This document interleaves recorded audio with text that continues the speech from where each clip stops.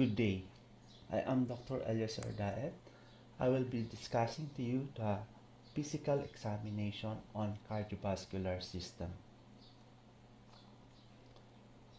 These are my sources.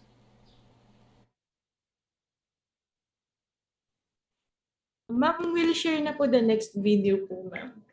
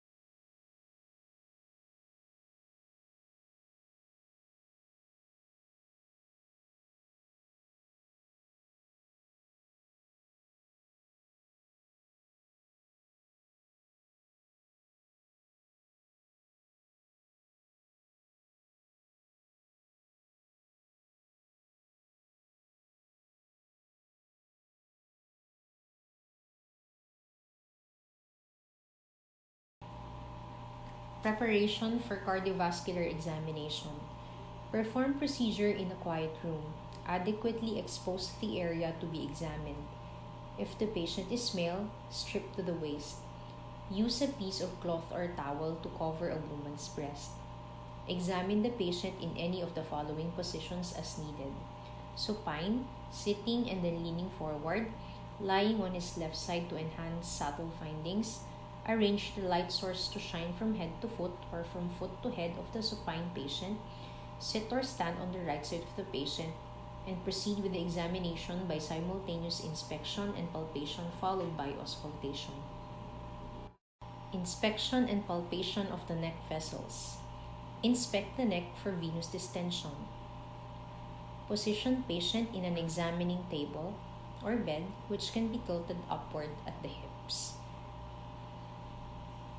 Stand on the right side of the patient. Start with the patient supine, then elevate the trunk to about 30 degrees from the horizontal.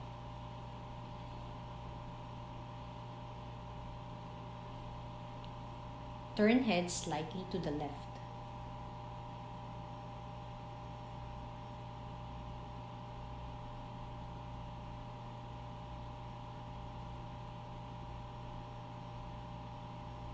Illuminate the right side of the neck obliquely with a pen light, noting the top level of the venous pulsation. Normally, the neck veins are not distended in this position. If with neck vein distension, measure the jugular venous pressure and the central venous pressure.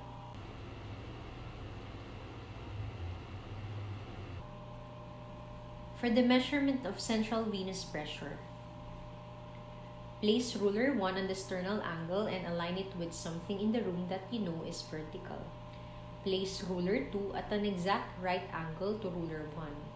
This constitutes the horizontal line.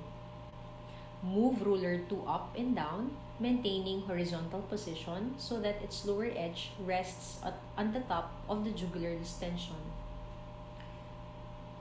Read the vertical distance of ruler 1, JVP, and add 5 centimeters, the distance from sternal angle to right atrium, to get the CVP. Inspect and palpate the carotid arteries. Carotid pulsations may be seen medial to and higher than the base of the sternocleidomastoid muscle. Use the right thumb to palpate the right carotid artery and the right second, third, and fourth fingers to palpate the left carotid. Do not palpate simultaneously.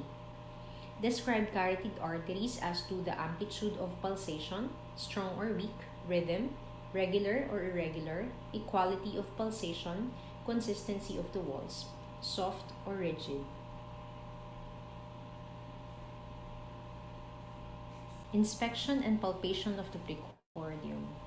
Observe the precordium. Normally, it should be flat. Locate the apex beat or apical impulse. Stand on the right side of the patient. Shine the pen light tangentially on the precordium and locate the apex peak.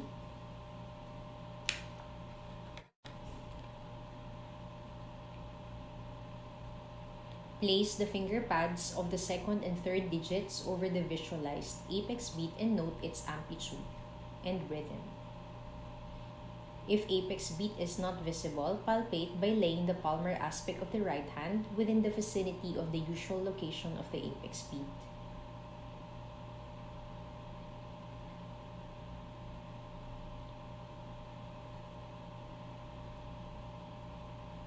Once palpated, mark it with an X using the ICS and the left midclavicular line as landmarks. Give the exact location of the apex beat, or determine the distance in centimeters from the midsternal line to the X mark.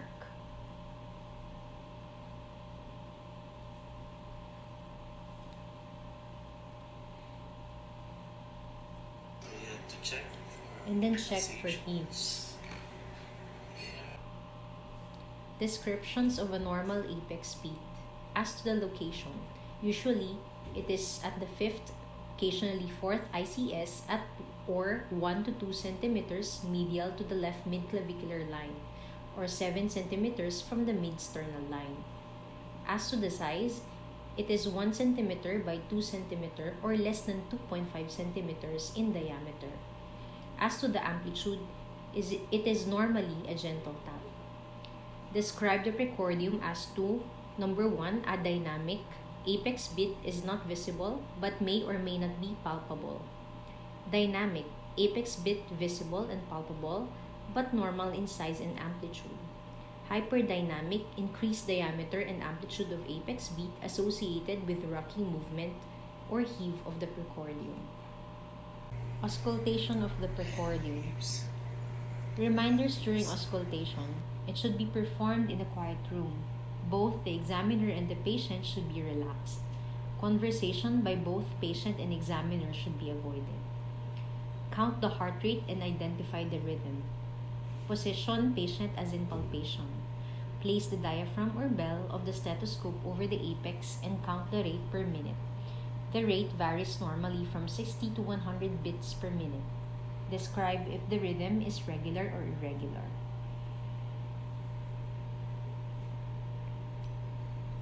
Identify the first and second heart sounds. Place the diaphragm on the base and apex or vice versa. As you listen to the heart sounds, gently position your left index and middle fingers on the carotid artery. The upstroke corresponds to S1, which is the beginning of systole. The other sound is the S2.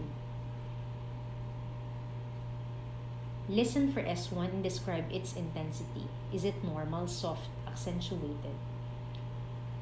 Place the diaphragm over the pulmonary valve area.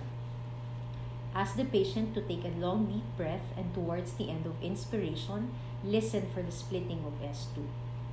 Describe the splitting.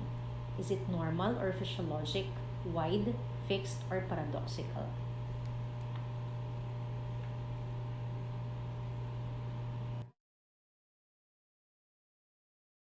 Examination of the peripheral vascular system.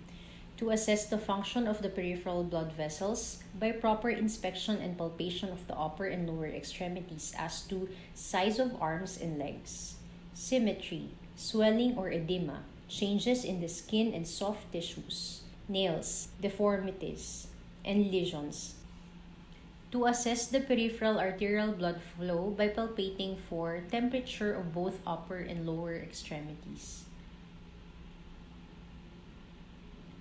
The following peripheral pulses: brachial,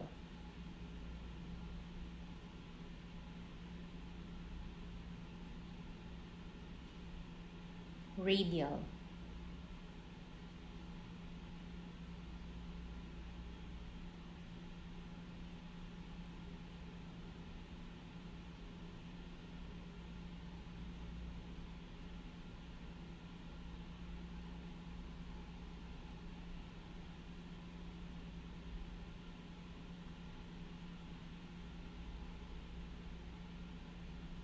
popliteal,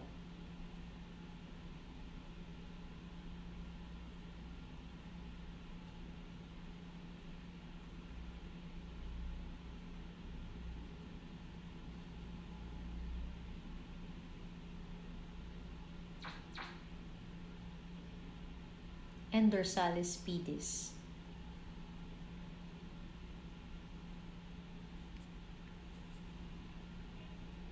Describe the pulses as to amplitude, 0 for absent, 1 plus weak or thready, 2 plus normal to strong, 3 plus full or bounding.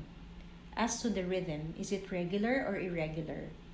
Equality and consistency of the walls. Is it soft, thickened, or rigid?